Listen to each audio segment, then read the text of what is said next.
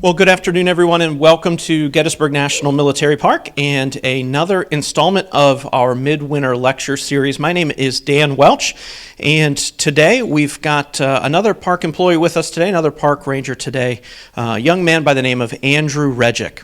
Andrew has been with us permanently now for a little over, about a year almost.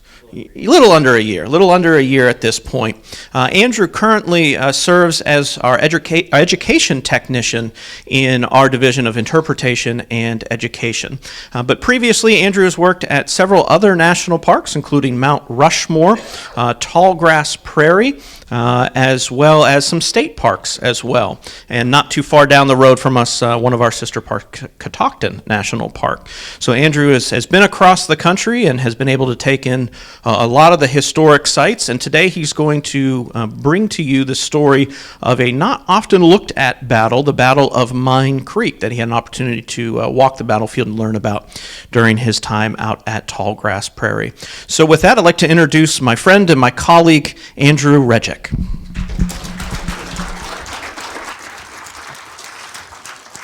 And thank you for that introduction, Dan. Welcome everyone to Gettysburg. Like you said, my name's Andrew.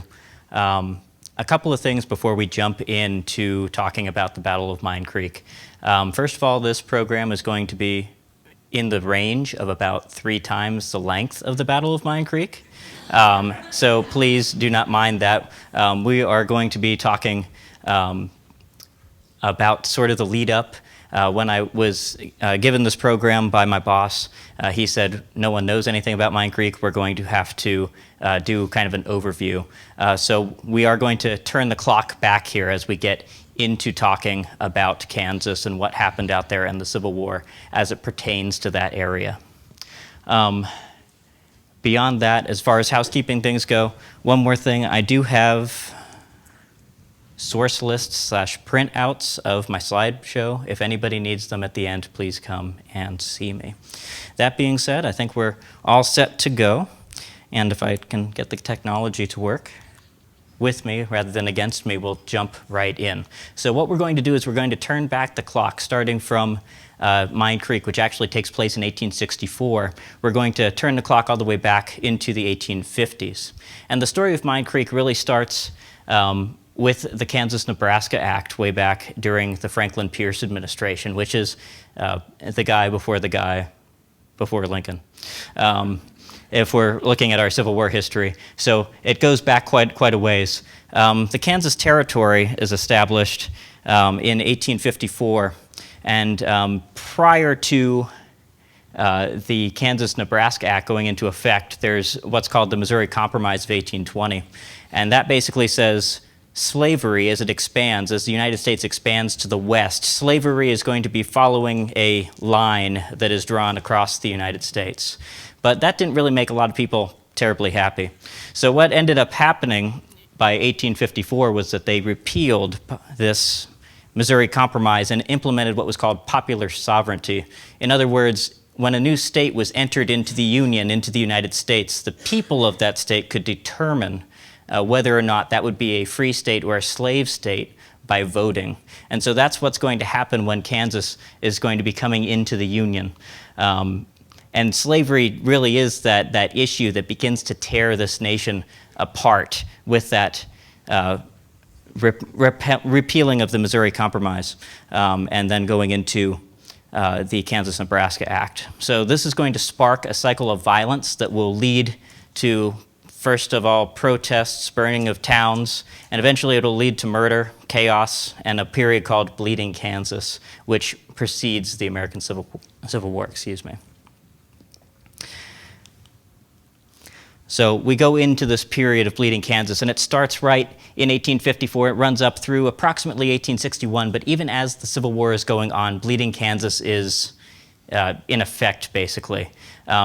It's really one of those main sparks of the American Civil War, and it's this question as to whether or not Kansas will come in to the Union as a free state or a slave state. And so what ends up happening is you have a lot of people, especially coming from the areas of New England, who are abolitionists, They see this go into effect. They say, okay, we want to make sure as many states that come into the Union that they come in as free states. So you have a lot of abolitionists that will be moving from New England, from New York, from Ohio, and they will be moving out west to Kansas looking for that new opportunity, trying to settle the state, trying to make it so that it will come into the Union as a free state. That being said, Kansas borders Missouri, which was already a state at this point. And Missouri is a slave state. And Missouri is already kind of surrounded on at least its northern end by free states, Illinois, Iowa, and then to the south, Arkansas being a slave state. So as Missouri is there and Kansas is being formed off to the west of Missouri, the people in Missouri aren't too keen on having this other free state, this other non-slave state to their west. So what they're going to do is they're going to start moving in pro-slavery people into Kansas. So free abolitionists moving into Kansas, and then these pro-slavery kind of Missourians, Arkansas, Western Tennessee folks moving into Kansas as well. And that's really going to spark the conflict in Kansas. Now, the picture up there, this is going to be one of the things during this program, is going to be me mispronouncing this river. And it's what I'm going to call it is the Mer de Seine massacre, or the Mer de Seine River. But French is not my strong suit. Valley of the Swans or River of the Swans. And what ends up happening with this is we have this massacre going on up there. It happens in 1858, May 19th, 1858. And that comes after an already bloodied Kansas. 1856, the city of Lawrence, the Free State city of Lawrence, Kansas, will be burned to the ground by pro-slavery guerrillas. They'll retreat out, and then there's this guy that you might have heard of by the name of John Brown, who's out in Kansas, and he immediately, pretty much after that, goes out and murders several pro-slavery people. And this cycle of violence just continues to degrade the situation in Kansas and Missouri.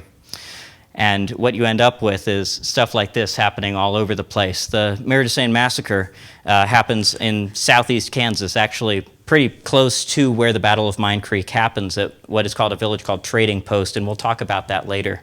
And what ends up happening is a pro-slavery person who had slaves in the territory of Kansas is forced out by his neighbors because they really don't want to have slavery in their community. They don't agree with his opinions. And so what he does is when he moves back to Missouri, he rounds up some of his friends and family members, and they come and they attack this village, his former neighbors. They pull them out of their houses in the middle of the night. They march them off into the forest. They line them up, and then they fire upon them, killing several escaping into the woods wounded, these pro-slavery guerrillas, if you will, pulling back into Missouri. And this is just part of that cycle of violence that will continue until the Civil War goes into effect.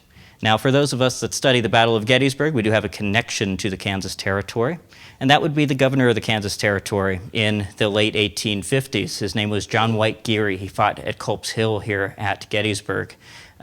Shout out to Danny Brennan if you watch this. One of our seasonal rangers. He is obsessed with this gentleman.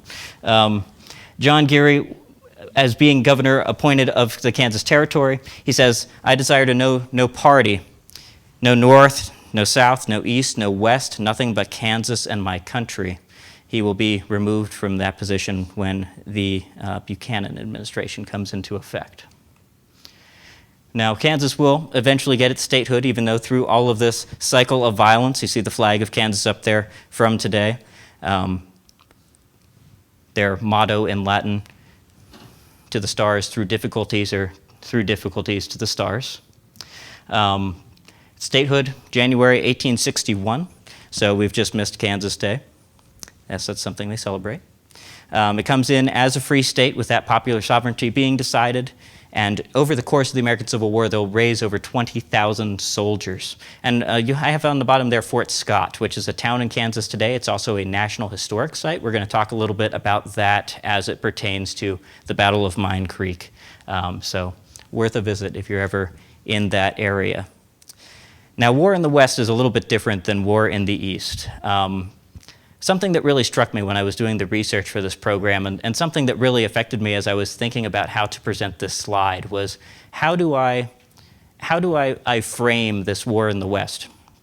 Because there's a lot of things that go on here in the Eastern theater of the Civil War that are absolutely horrendous. And war is war, and it's a terrible thing. But I think that as we look at the war in the East over here in Gettysburg, we kind of see it through maybe a slightly romanticized lens. And I think you can see that in monuments on the battlefield, even if you're looking at it, especially like the Friend to a Friend Memorial in the National Cemetery. But when we look at the West as compared to the East, a lot of people they take off the rose-colored glasses, if you will. They see the war for how horrendous and horrible it is. And I'm not really quite sure what causes that change in memory between the Civil War in the East and the Civil War in the West. And I'm not talking about the Western Civil War like Mississippi, Vicksburg, Shiloh. I'm talking about the Civil War in the Trans-Mississippi West, the stuff that's beyond, the stuff that's way out there, the stuff that's violently brutal, that's just terrifying. What you see up there is an artist's rendition of the Lawrence Massacre, which actually happens during the American Civil War after the war has broken out. William Quantrill and about 400 pro-Confederate guerrillas will ride into the territory of Kansas, and instead of this time just burning down Lawrence, they are going to set fire to the town again. They're going to round up, and there's no real true number here. It's somewhere between 150 and 200 men, boys, and elderly men that they will put to the sword, that they will kill in the Lawrence Massacre in the mid-1860s. So this is really a different sort of memory we have of the war in the West versus the war in the East. And I'll just kind of let that be something that I throw out there, something for you to think about, something for you to digest while we continue through the rest of this presentation. Now, Richard Hinton, we're going to be talking a lot about him as we go through. We're going to use a lot of his quotes. He was at the Battle of Mine Creek. He was an officer, and he wrote an account, which I'll be referring to a lot. Now, there are some things in there, like every account, where I think he kind of, made it sound better than it was. That being said, some of his stuff is pretty on point with the other accounts that I have read. And so what he says is the border of Missouri through which both armies was passing on his way to Mine Creek, he writes this, was entirely desolate, not with the grand monotony of nature, but with the ruin of civilization and cultivation. So he's talking about what this guerrilla warfare has done. Desolation most absolute and appalling, for it told of the savage devastation of partisan warfare and of the fearful retribution of the passions that men had inflicted. So that's what's going on in Missouri and Kansas prior to the American Civil War and even into the American Civil War as the years go on. Now, probably recognizing the view up here, painted in the likeness of what goes on Little Round Top here at Gettysburg. Our Gettysburg connections, by the way, not only John Geary, but we also have George Sykes, who is going to be out there in the West in Kansas, actually commander of the Department of Kansas after getting transferred out from the Army of the Potomac. And then we're also going to be talking a lot about Alfred Pleasonton, who plays very much into our story. Alfred Pleasonton, not well trusted by the Union High Command here at Gettysburg, gets kind of a staff assignment, and then he ends up out in the West, transferred to the Trans-Mississippi Theater. So we'll talk about him as we go on. But the time period that we're going to be talking about today is based in 1864. And what's going on in 1864? Well, Sherman's marching across the South, and Richmond is being encircled. And while all of that is going on, the Confederates are really kind of looking for that. How can we get out of this? How can we continue on with our fight? And so they will decide that we are going to send Price's Missouri Expedition, which is what Mine Creek is a part of, this Price's Missouri campaign of 1864. And what they're planning to do is they're planning to go up into Missouri. They're going to move across Missouri. They're going to have a lot of goals. We'll talk about that later. They have had a lot of success out west already. They had a big victory with the Red River campaign. The Confederates have had multiple Missouri expeditions already, and they were ready to go back into Missouri and claim victory over that state, over a state that, though it was a state that stayed not quite loyal to the North, it was a border state, 100%. Though their government was loyal to the North, their sympathies laid with the Confederacy. So in order to lead that expedition across Missouri, they choose this man. This is Sterling Price, General Sterling Price. Now, Sterling Price had quite a career up to this point. He'd been commander of several Missouri armies. He was governor of Missouri prior to his entry into the Civil War as a Confederate. And he would describe himself personally as a conditional Unionist. Now, whether or not that's an accurate description, whether he gave an accurate description of himself, I would say is kind of up in the air. But the Camp Jackson affair in St. Louis is really kind of what sided him into the Confederacy as opposed to staying loyal to the United States.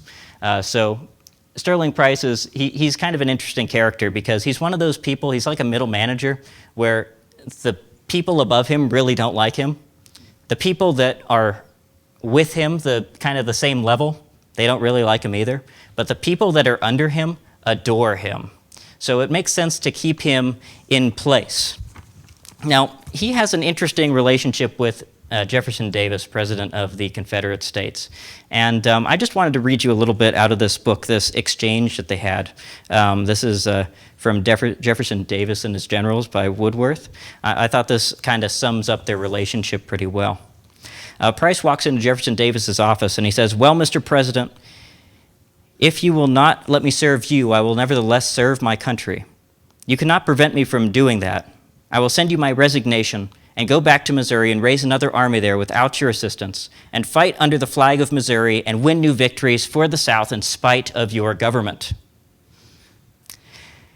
Jefferson Davis sitting behind his desk there, hands folded, looking at Sterling Price. He says, "Your resignation will be promptly accepted, General, and if you go back to Missouri and raise an army and win victories for the South or do any service at all, no one will be more pleased than myself or surprised." Not a great relationship with Jefferson Davis. Sterling Price will go back to Missouri. Davis will figure after a night of sleep that he is actually sort of worthwhile, so he will not hand in his resignation will not be accepted. And he'll be placed under General Kirby Smith of the Trans-Mississippi Theater. And Kirby Smith is going to assign him into this expedition, this campaign across Missouri in 1864. And some of his campaign goals in this Price's Missouri expedition is he's going to move out of Arkansas, he's going to move up from the south along the eastern side of the state of Missouri. He's going to move towards St. Louis and hopefully capture the arsenal at St. Louis, move his men across the state of Missouri, and they're going to collect as much supplies as they can for the Confederate cause. They'll be moving out west, hopefully, to hit the Missouri state capital at Jefferson City. Amongst them will be the governor, or the Confederate governor, Mr. Reynolds, Governor Reynolds of the Confederacy. They hope when they get to Jefferson City, they will be able to replace the United States government there with an acting Confederate government. Continuing across, they hope to hit Fort Leavenworth in Kansas, collect supplies, free prisoners, and capture that military facility, and then move back south into Arkansas. It's a very, very, very, they really tried hard. It was a very interesting way of going about. They really had a lot of campaign goals in mind, and they really wouldn't reach too many of them. Now, as they're moving up into Missouri, they are going to be getting a long wagon train. And what do I mean by that? Well, they're supplying their own troops by this wagon train, but they don't really bring too much in the way of supplies with them. This Confederate force is living off the land. These are Confederate soldiers that are going into homes in Missouri that may be pro-Confederate, and they are stealing just about everything they have, putting it on the wagon train, taking their food, taking their livestock, and that really doesn't leave too good of a taste in these pro-Confederate Missourians' mouth as this Confederate force is going through and stealing from pro-Confederate and pro-Union, both as they move through the state of Missouri. And as they move through, their wagon train gets longer and longer and longer and longer and becomes more of a hindrance, really, than it is a plus. Now, the other reason, and this is just my own theory as to why they were more so stealing or taking things from the population, is because by 1864, Confederate currency is very inflated, nearly to the point of being worthless. A lot of people in Missouri will not take Confederate currency for their goods. So as Price's men move through Missouri, they'll be taking things. They'll be taking things from the population. What does his crew look like? Who does Price have under him for his Missouri expedition? Well, he has these three gentlemen commanding some of his troops. And it's kind of a wide range of experience. Up there, all the way on the right, we have Joseph Shelby, known for his Iron Brigade, Joseph Shelby's Iron Brigade of the Confederate Army. Very successful in previous attacks through Missouri. He's a plantation owner and makes rope at his plantation, factory owner as well. In the center, we have General James Fagan, Arkansas State Senator before the Civil War, or after the Civil War, excuse me, and U.S. Congressman before the Civil War.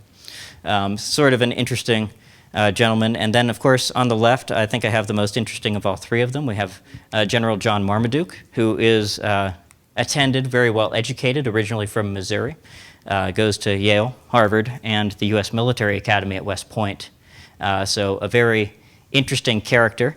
He does end up in prior to the Price campaign, something I found really interesting about him is that he ends up in this duel with a fellow Confederate officer because this Confederate officer had not followed his orders at a previous battle.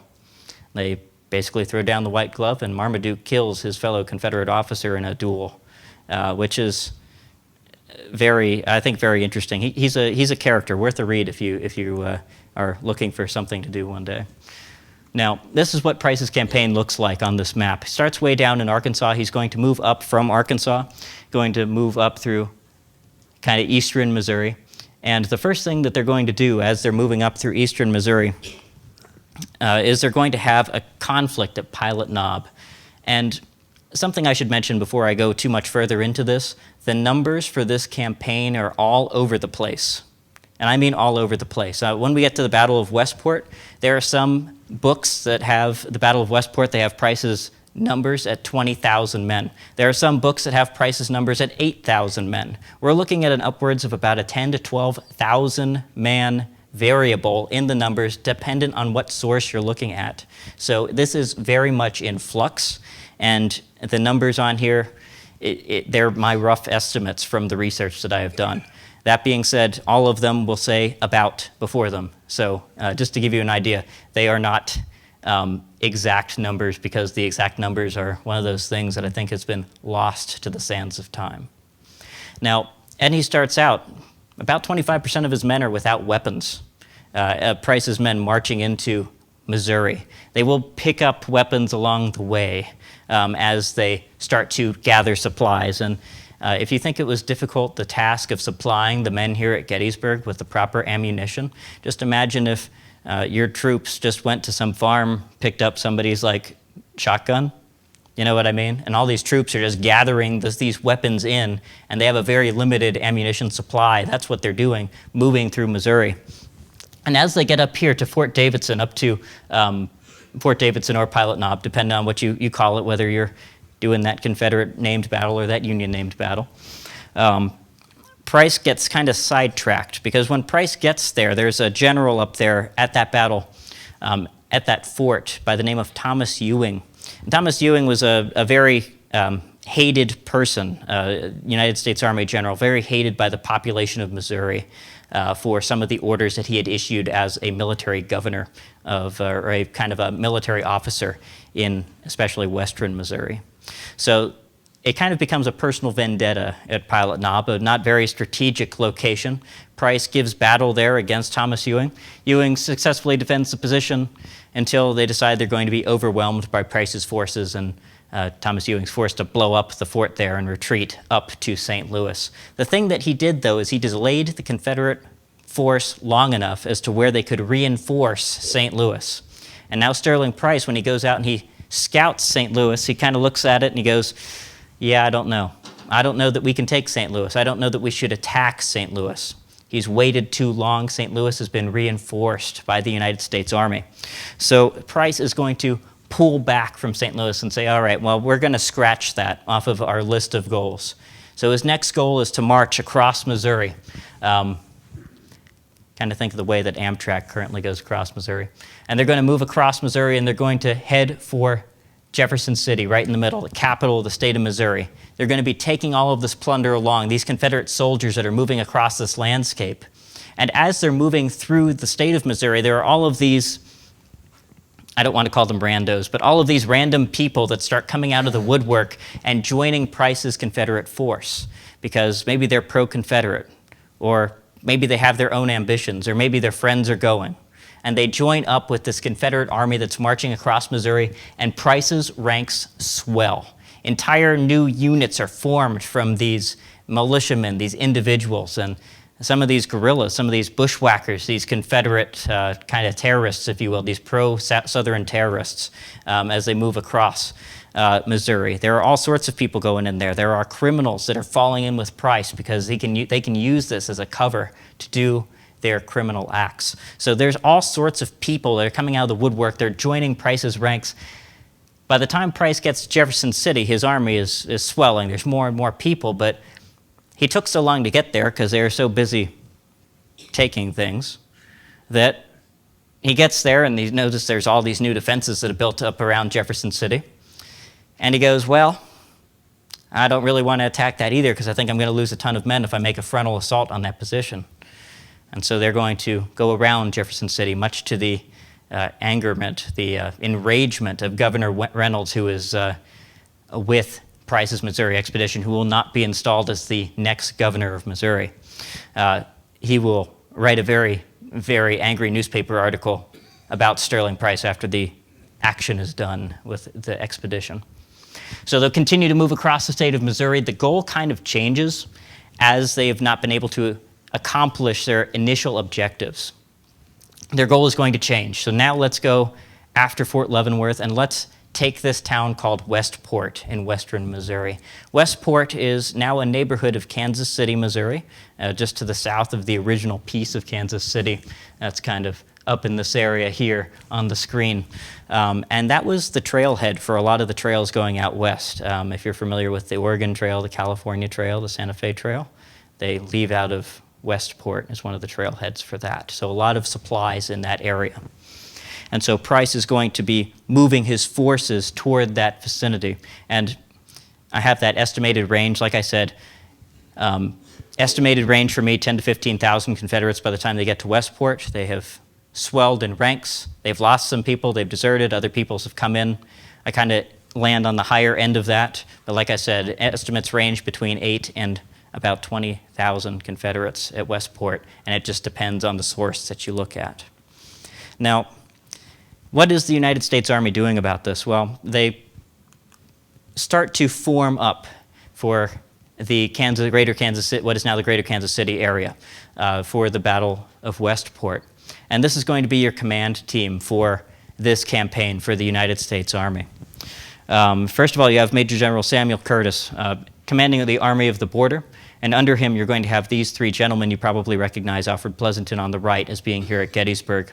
General Blunt is up to redeem himself after a massive failure where his troop had fallen in with Confederate guerrillas who had absolutely massacred his unit about a year before. And General Dietzler, he's actually from Pennsylvania, but he moves out to Kansas with that kind of wave of abolitionism. He's from Pine Grove, just north of Harrisburg, northeast of Harrisburg. So he will be in charge of the Kansas State Militia, which will be called out for this event.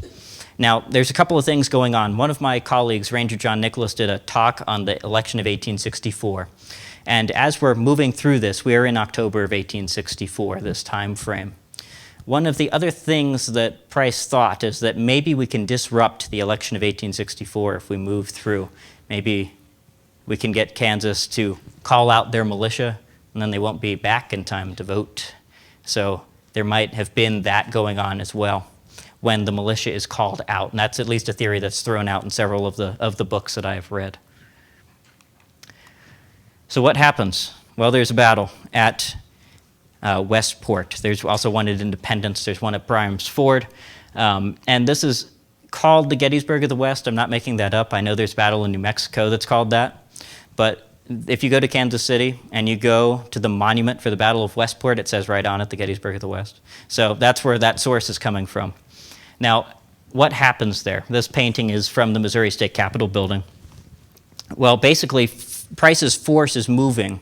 They're moving toward this town of Westport, and behind them, the United States Army has dispatched General Pleasonton. So Pleasonton has been following Price as he moves across the state of Missouri, kind of engaging his rear guard once in a while, just making sure he keeps moving. And then what ends up happening in front of Price, defending Westport, defending to the north, trying to keep them away from Fort Leavenworth, is somewhere in the vicinity of, like I said, all the numbers are in flux, but somewhere it's estimated in the range of about 10 to 15,000 Union soldiers, whether they are militia. They're kind of a mix. Most of them are militia from the state of Kansas, but some of them are regular army, and they're trying to keep Price from going toward Fort Leavenworth. So they're trying to direct him back to the south, back down to where he came. And so battles will break out.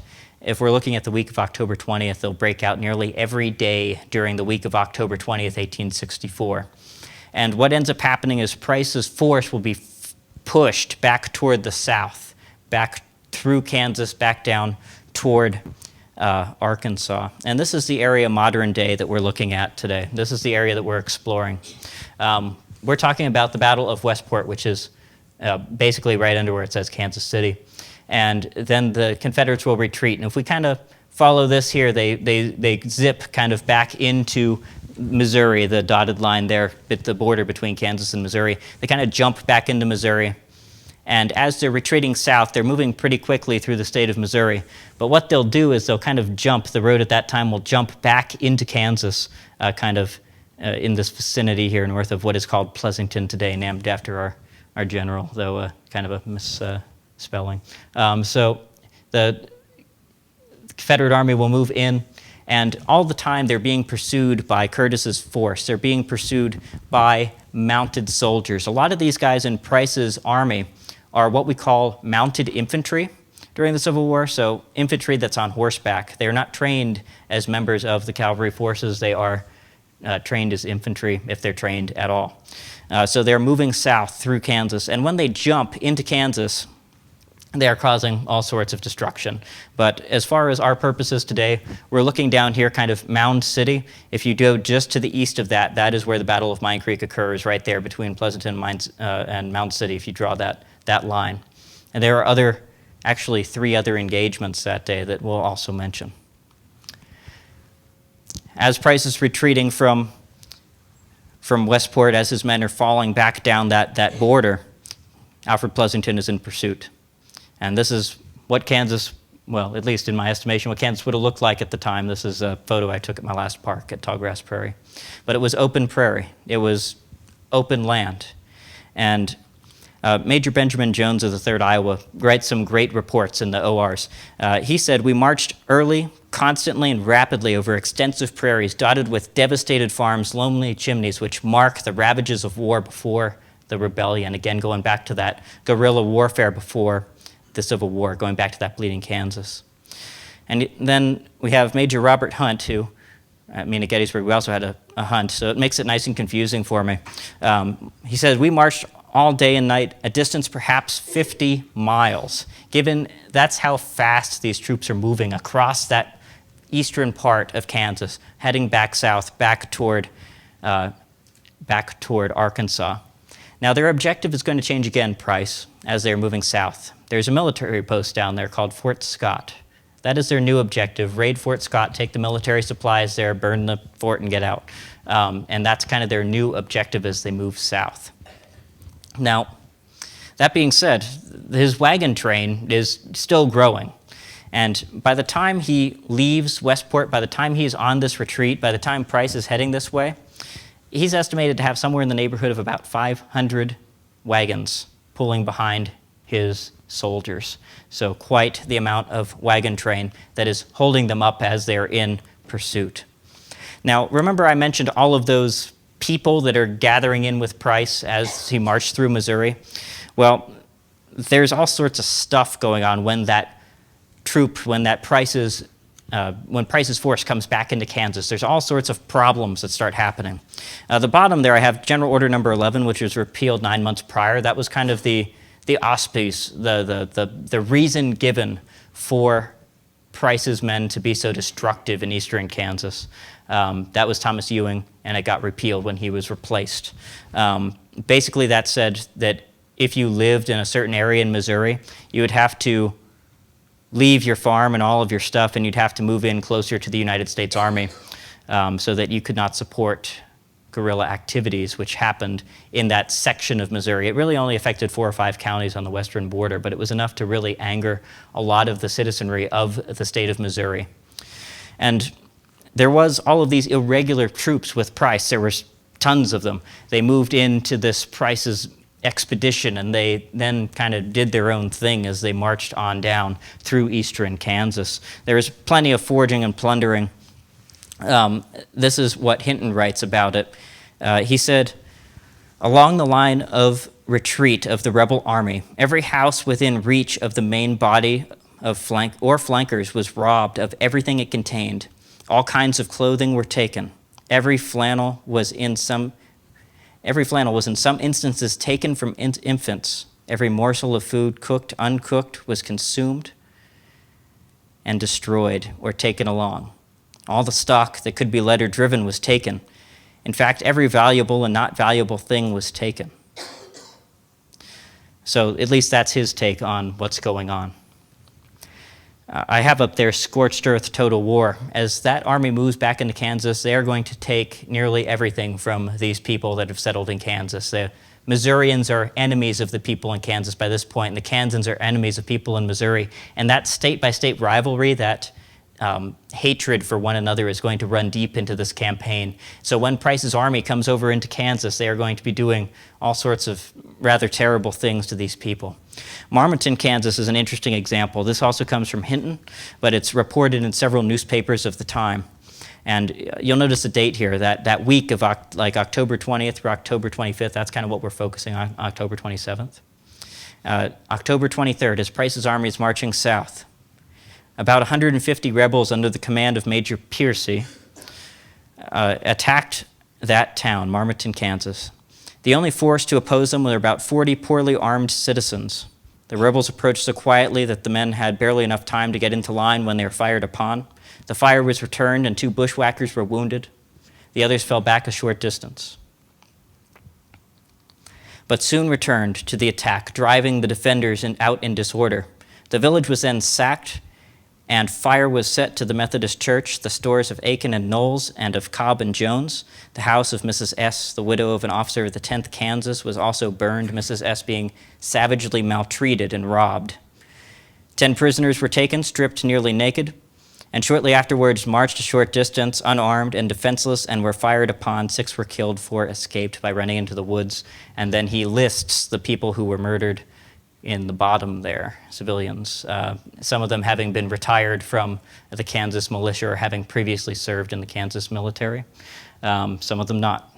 So this is what's going on as Price's army is marching south. And myself as a historian, I couldn't just take it at the United States Army's word, because some of these guys, they have varying accounts. You know, we have to look at both sides of the story. And I thought to myself, and I might be a little biased towards the United States, I thought to myself, there's no way the Confederates would write something like that down. But if you read the book Shelby and His Men by Major John Edwards, who's on Shelby's staff, he writes this about their time moving through Kansas during this campaign. He says, "Shelby was leaving Kansas and taking terrible adieus. He was fighting the devil with fire and smoking him to death. Haystacks, houses, barns, produce, crops, and farming implements were consumed before the march of his squadrons, and what the flames spared, the bullet finished. On those vast plains out west there, jarring, the saber strokes were unheard, and the revolvers sounded as the tapping of woodpeckers. Shelby was soothing the wounds of Missouri by stabbing the breast of Kansas."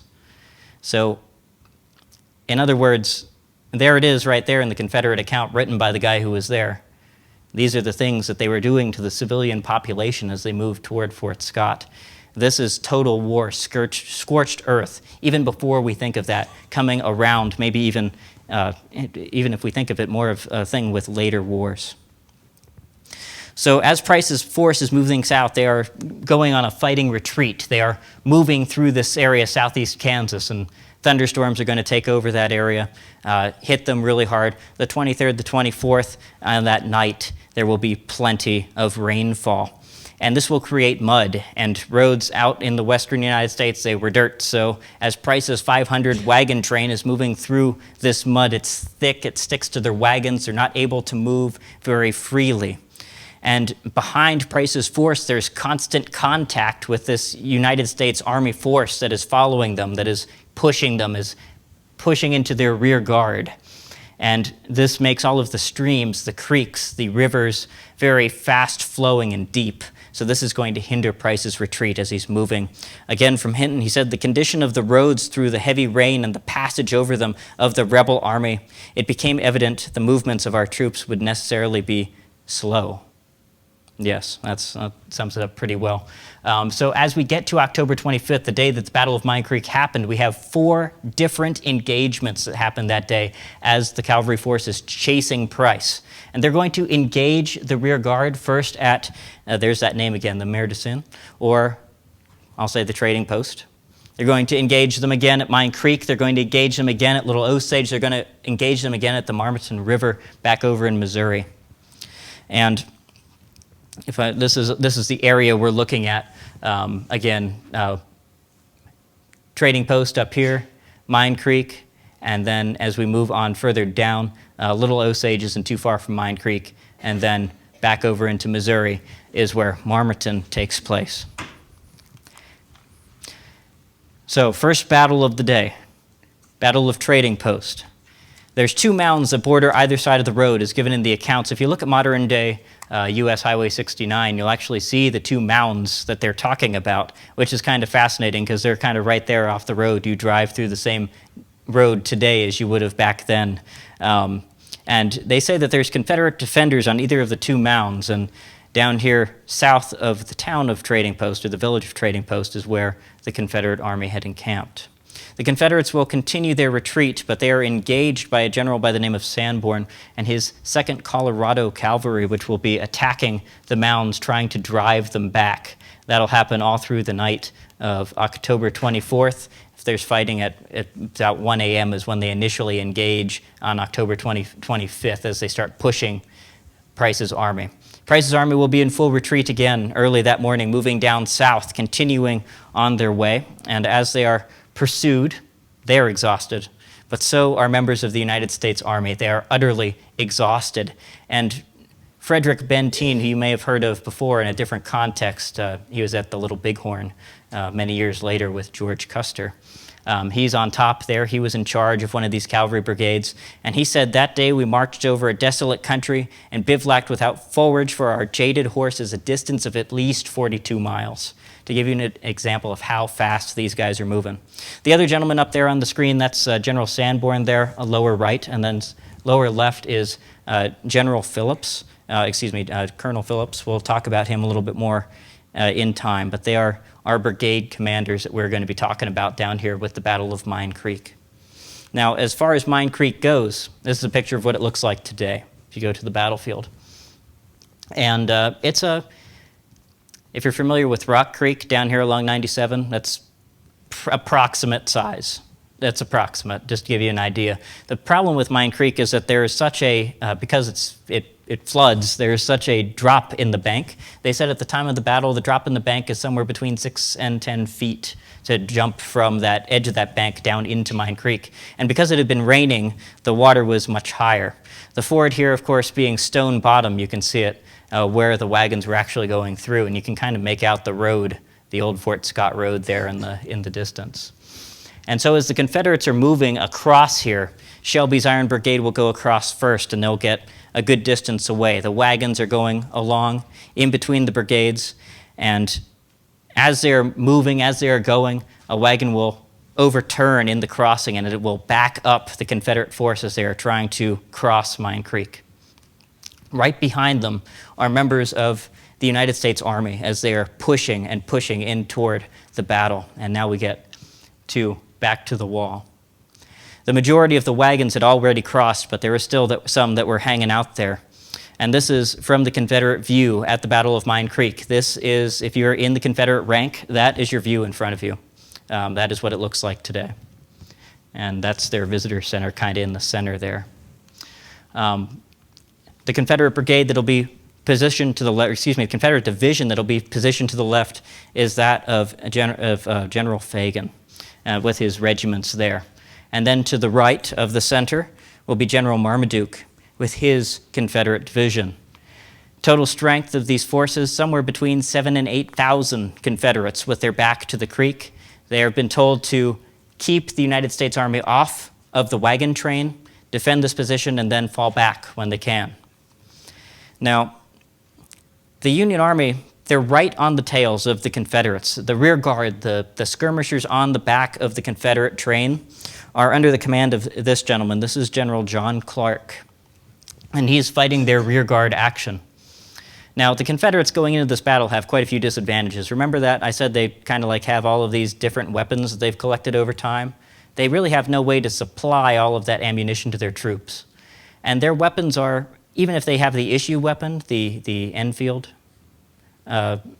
they are inferior to the weapons of the United States Army cavalry, which is coming in here with breech-loading carbines, and in some cases, at least one unit has, at least I've read several times, had repeating rifles. So take that for what you will. The United States Army is much better equipped than the Confederates going into this conflict. And fighting in his rear guard, General John Clark says this. He said, "When we were riding, we came suddenly upon the trains, halted. The delay occasioned by a deep ravine, the enemy not more than 500 yards in our rear."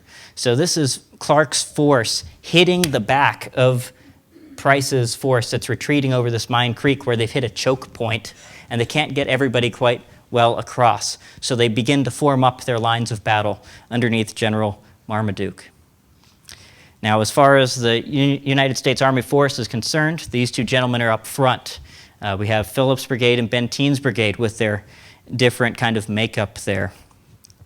And remember, the Confederate forces, they have somewhere in the neighborhood of 7,000 to 8,000 troops out there getting ready to defend this wagon train as it's pulling back across this ravine, across this river as they're trying to take their forces back.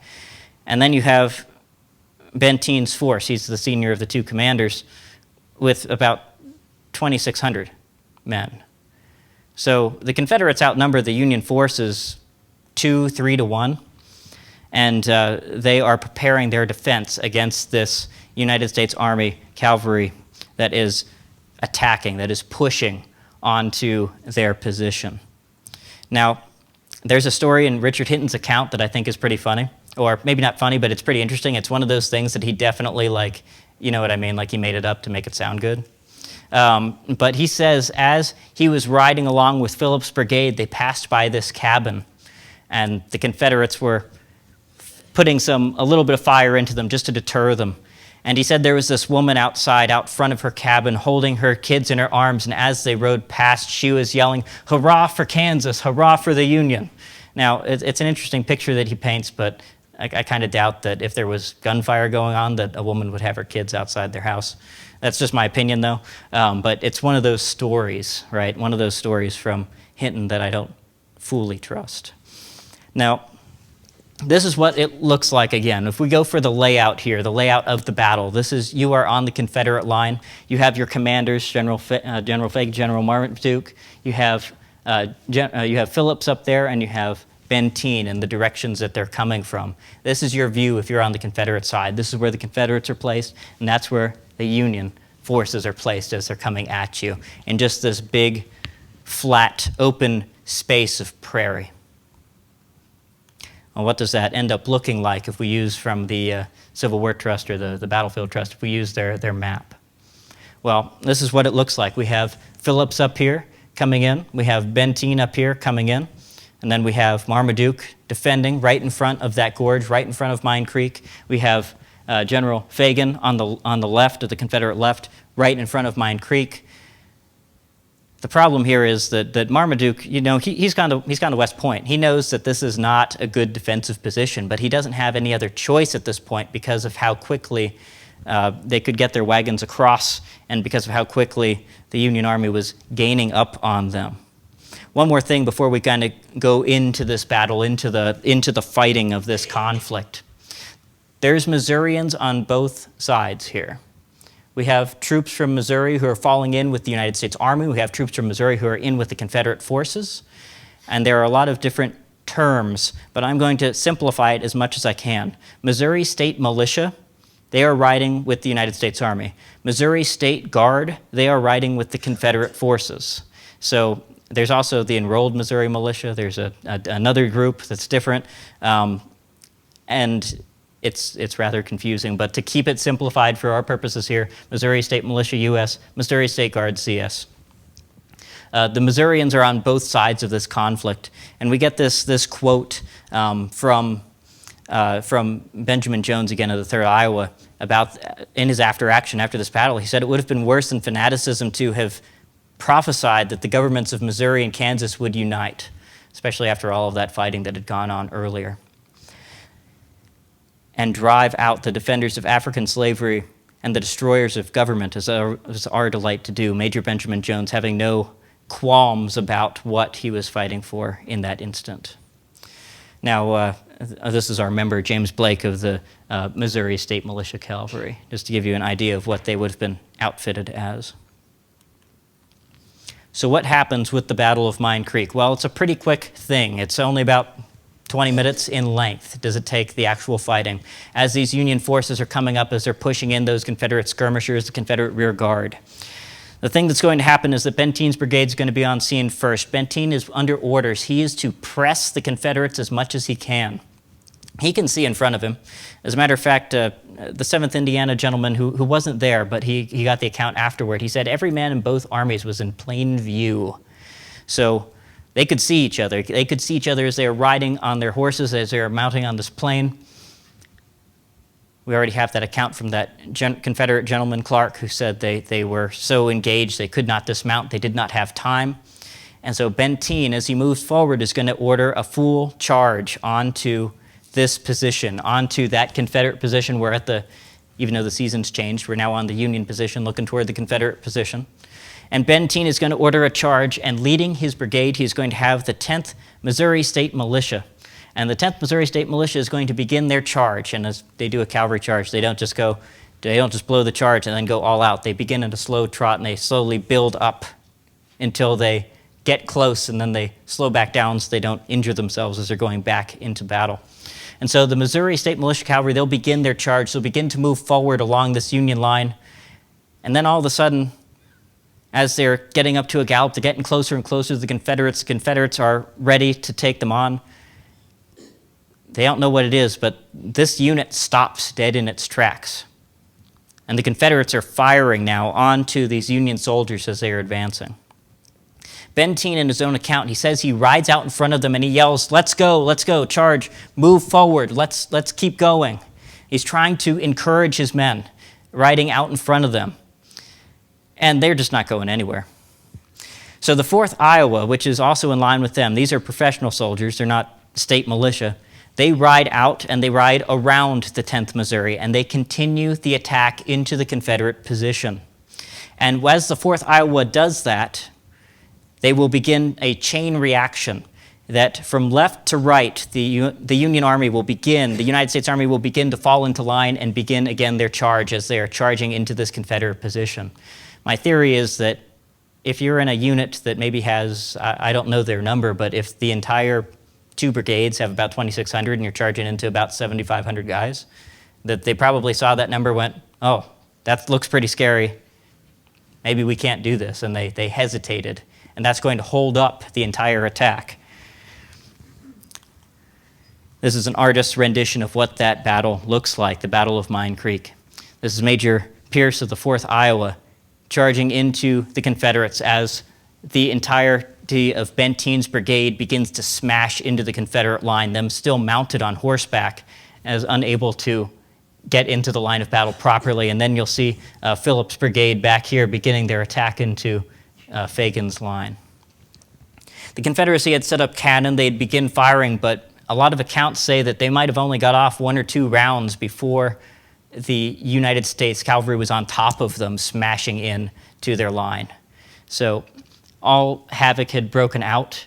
Major Pierce here, in his after-action reports, claims that he cut down 8 Confederates personally with his saber. So this is a very terrifying, terrible affair. If you're on the Confederate line, a lot of these guys in the Confederate line, some of them, they were just people who had joined the ranks from Missouri. They were inexperienced. They were civilians. They were volunteers. And to watch the United States Army come at you at a full charge must have been absolutely terrifying.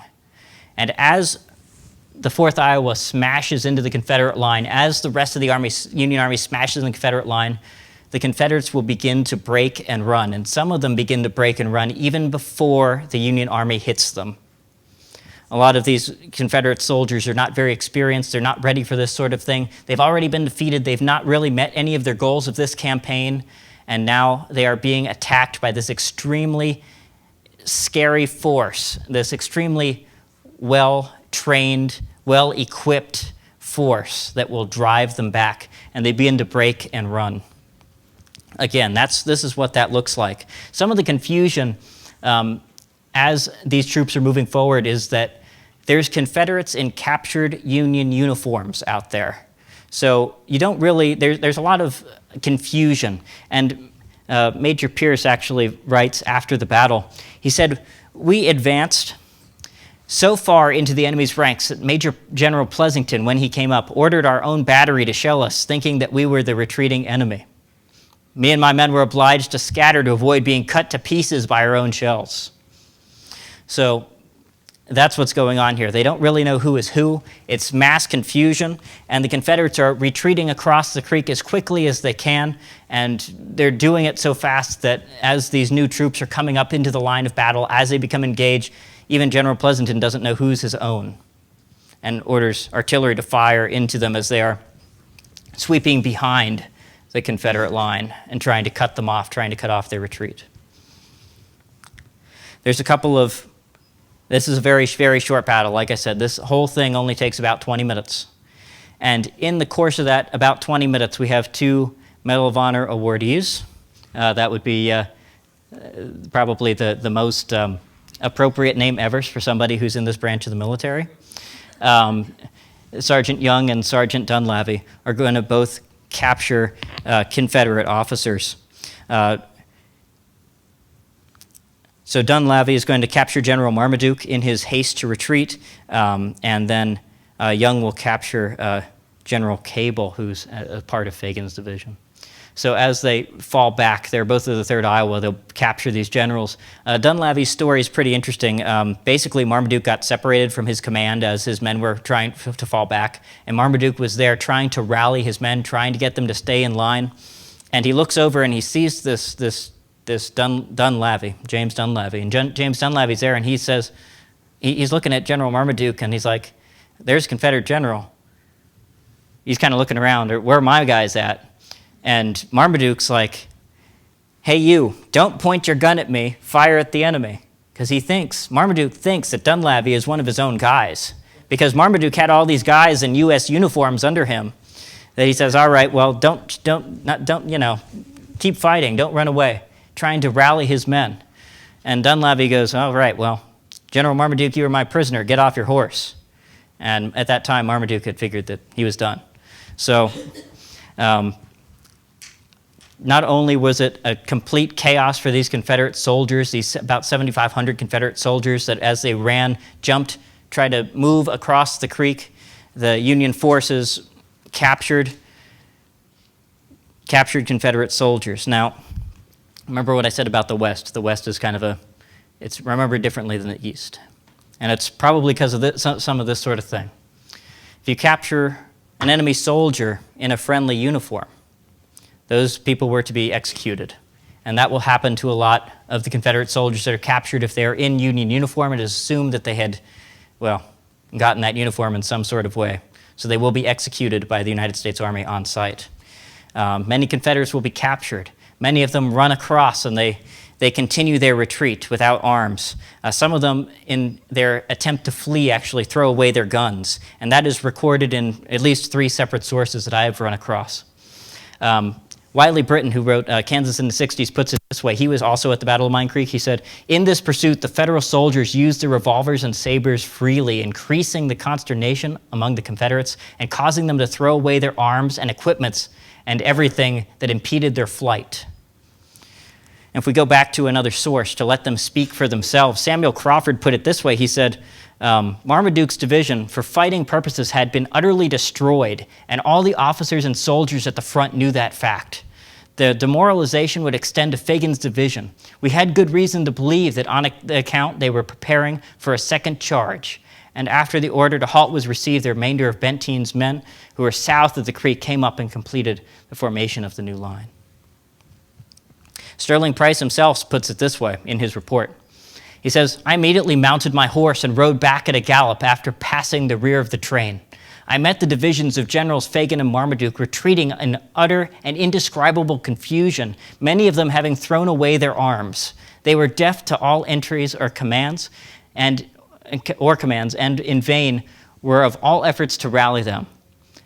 From them I received information that Major General Marmaduke and Brigadier General Cable and Colonel Slems, commanding brigades, had been captured with 300 or 400 of their men and all of their artillery." He has 5 pieces in there. He kind of fudged that number a little bit. They actually captured more than that. That's all right, though. Got to make yourself look better after you come off a defeat.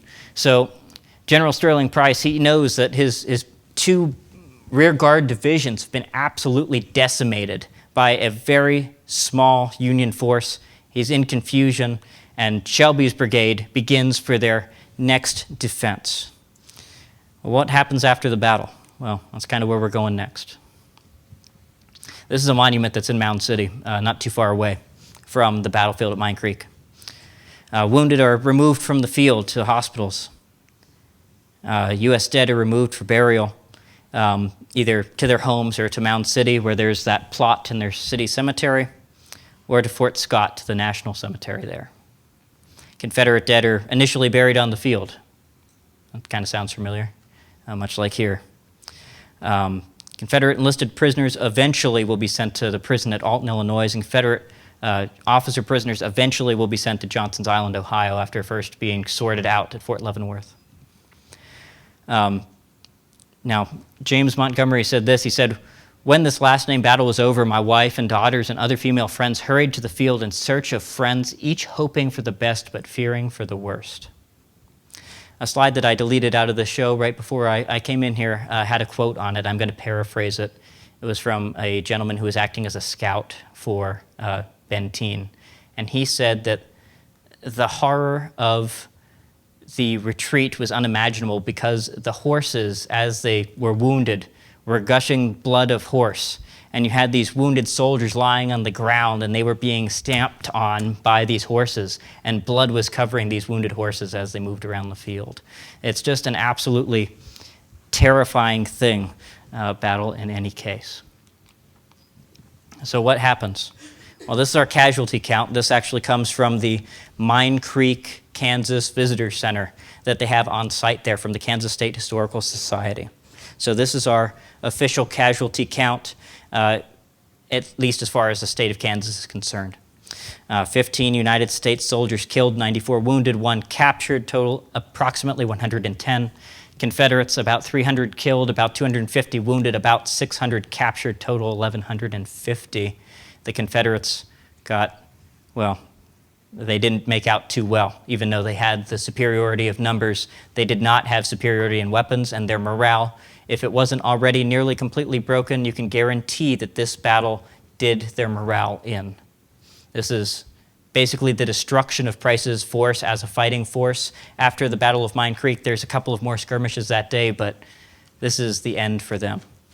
Now, this gentleman I have quoted on the bottom here, I wanted to show that the casualties of battle run deeper than just the physical.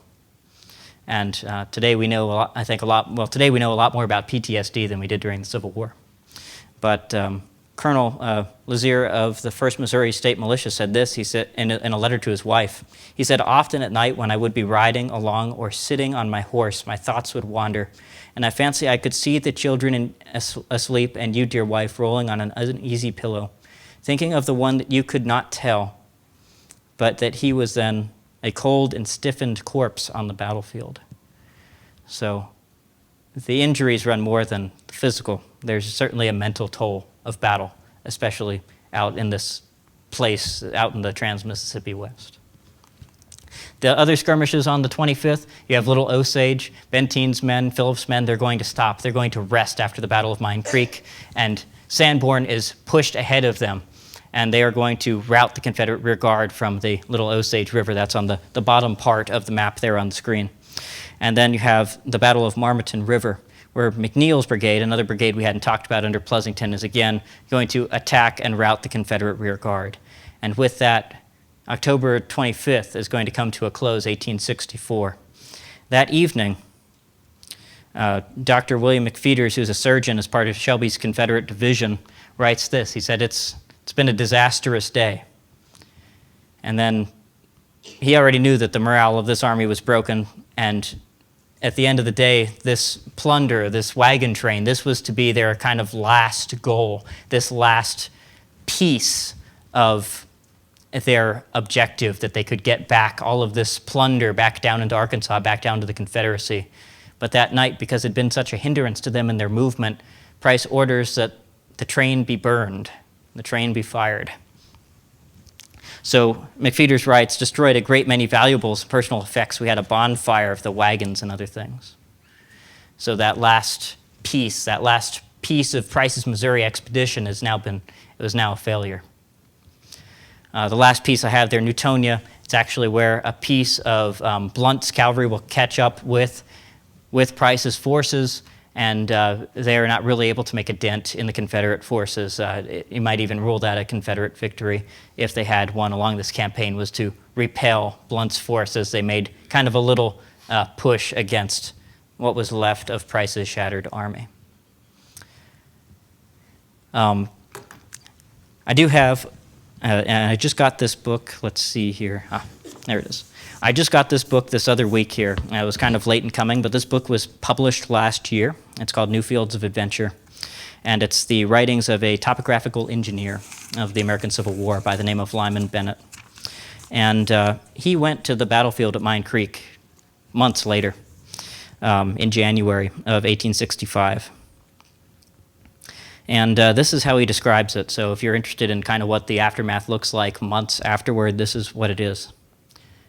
He said, "We passed several fine farms, the buildings and fences and improvements indicating thrift and experience in the owners. We struck a broad trail of the enemy, and passing down it, we soon saw the strife of October 25th was most severe. A long row of dead horses lying on the prairie indicated where their line of battle had been formed.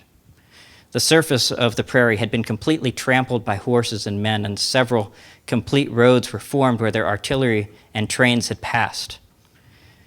Soon we came to the body of a dead rebel laying beside the trail. The body was frozen, and the features were preserved as fresh as though he had been just dead. The wolves or hogs had eaten some of the flesh from the thighs and the body. In passing over the field, I came across many dead bodies of men."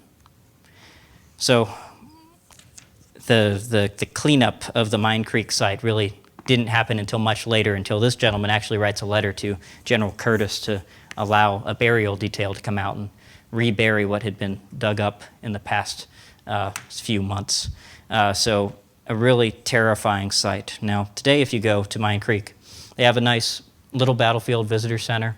They have this monument, which you'll notice the figures, again, the numbers are never exact, so depending on your source, the numbers are different.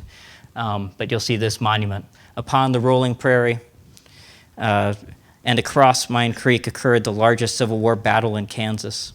It was also one of the war's largest cavalry battles of the Civil War. Nearly 8,000 Confederate soldiers clashed with nearly 2,500 Union troops. The battle lasted less than 1 hour, and many Confederates were captured. More than 600 were killed or wounded, and Union casualties numbered approximately 120. This decisive Union victory contributed to the defeat of the 1864 Confederate invasion of Missouri and Kansas. This hallowed ground has been preserved so that present and future generations of Americans may remember the sacrifices of soldiers in the blue and gray. So that's what you'll run across today out there at Mine Creek, as well as an interesting interpretive trail. But what's like the so what of this? Why does this matter? What happens after Mine Creek? Well, Price gets back down into the South, and he's immediately hammered with these newspaper articles from this Governor Reynolds who had been riding with him, this kind of pretending governor of Missouri. And so Price will respond in kind in the newspaper, and they will have this little, basically, newspaper fight that goes back and forth as they write articles blaming each other for incompetence and all sorts of things. And so Price, in order to preserve his honor, is going to ask for a court of inquiry, and that will go on from late April 1865 until May 1865, until the day before the Trans-Mississippi Theater of the Civil War surrendered to the United States. So that really didn't exonerate him necessarily for what he did during the campaign, but I'm sure it helped in at least him kind of getting out his side of the story. And all of that is in the OR reports, volume 41, if you'd be interested in reading it. But the so what? Well, it crushed the Confederate hopes for victory in the West. Confederate hopes for victory weren't very strong when Sherman was marching through Georgia. They weren't very strong at the same time in 1864 when Richmond was being surrounded by the United States Army. And this last push, this one last desperate attempt out in the West had now failed. And this now really kind of crushes that Confederate hopes for a peace settlement for victory. And Price really, he did lose more than he gained in the retreat. He lost pretty much his entire artillery train. He had to burn his wagons. He lost his soldiers. He lost experienced soldiers in the fighting. And, on the Union side of things, Benteen and Phillips' charge is taught in U.S. Army armored training to this day. So just taking that initiative and pushing ahead, even if you're in smaller numbers than the enemy. And with that, and with a nice picture of the prairie, see what it looks like out there, tallgrass prairie. One of the books I read kind of summed it up this way. He says, it was the wind-swept prairie in eastern Kansas where Sterling Price's dream of a glorious campaign became a nightmare. So I'll kind of leave that all up to you. Thank you all very much for joining me here today. If you have any questions, I'd be happy to field them.